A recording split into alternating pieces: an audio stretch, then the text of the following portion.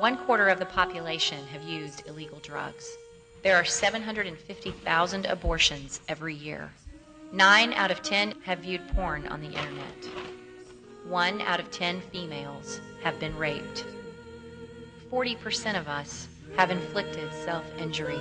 65% say there is no true religion. With so many questions and so few answers for such a time as this. Hi, welcome to such a time as this. You see, I couldn't talk this today because it's very hot outside. Yeah. Went to my brain, but no, that's okay. Anyway, again, we're with y'all again. Hope y'all are enjoying some of the topics we're bringing you. Hope you're just enjoying the show in particular. And you'll see at the end of the show, we're going to have our post office box number up there. It's P.O. Box 47707, and the zip is 32247.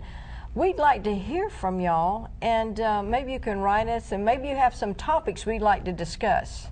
So if you do, just let us know if you like it, if you don't like it, what we should change, what we shouldn't change, just in general stuff.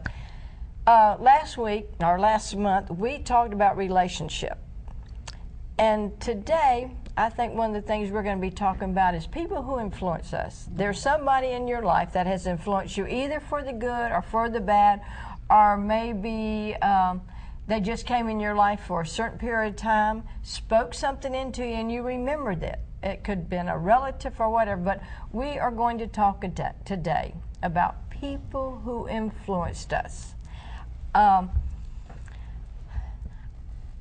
think for me, one of my best influences was my grandmothers, my grandparents and everything, and they were a good influence. I've had bad influences, and we'll probably talk about that later, but we won't talk about it right now. Okay. Harriet, you and I, when I told you, you were in Atlanta when I told you what we were talking about, and you went, oh my gosh. Yeah. So you just went through something with a person, and we were not going to name any names or anything, because I'm finding out people who influence us can influence us for even a lifetime. Yes.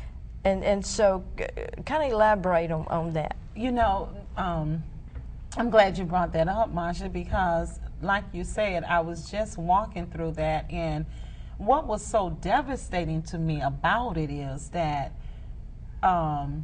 their relationship with God, they had been with the Lord, I mean, for years, and was influenced by it wasn't even a tricky situation. It was a situation that they were full aware that the person were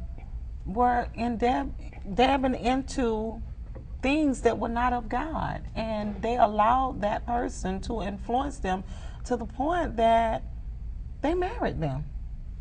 That's And like you say, and that's a lifetime influencement with, and no matter how much I prayed, no matter how much I talked and said, but you got to understand that you're unequally yoked. What does darkness have to do with light? How can two walk together except they agree? It was so, when I tell you I don't know how, the only thing that I thought of, the way that it happened and the way that it took control over that person's life, were that somewhere down the line, the Lord brought back to me the 10 virgins, the 5 wise and the 5 fools. Well, the foolish ones, they thought they were fine. They thought they had enough oil in their vessels. But the 5 wise, they got more oil. And that's how we are sometimes in the body of Christ. There is times that in the body of Christ that we think we're fine, that we don't need to pray, we don't need to fast, because I'm saved now. No. You got to understand, you got to do a renewing every day.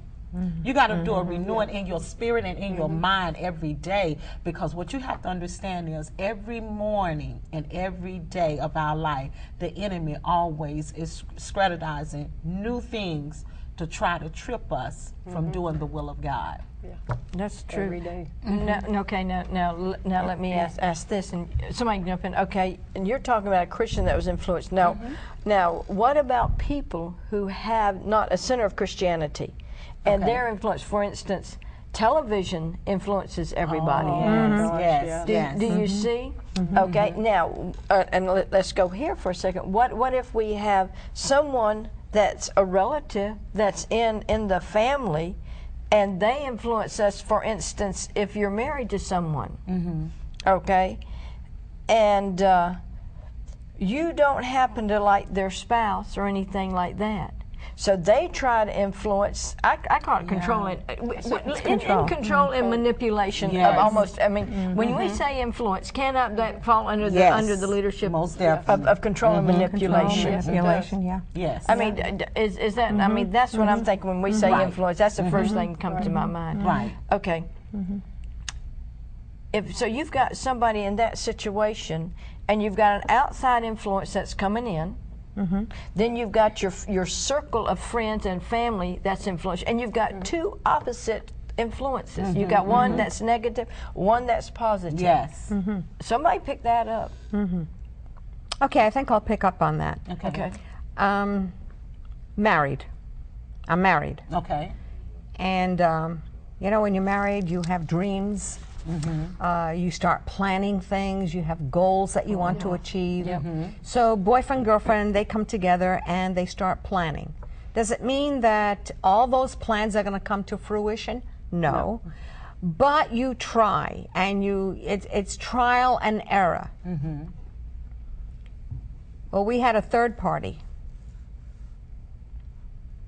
who was very much influential because you said control, Yes. manipulation. So therefore, the dream that my husband and I had, or the goals that we had, we could not achieve because she influenced my husband. It happened to be his mother.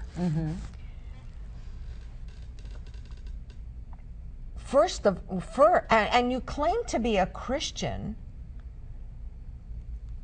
yet you're doing everything opposite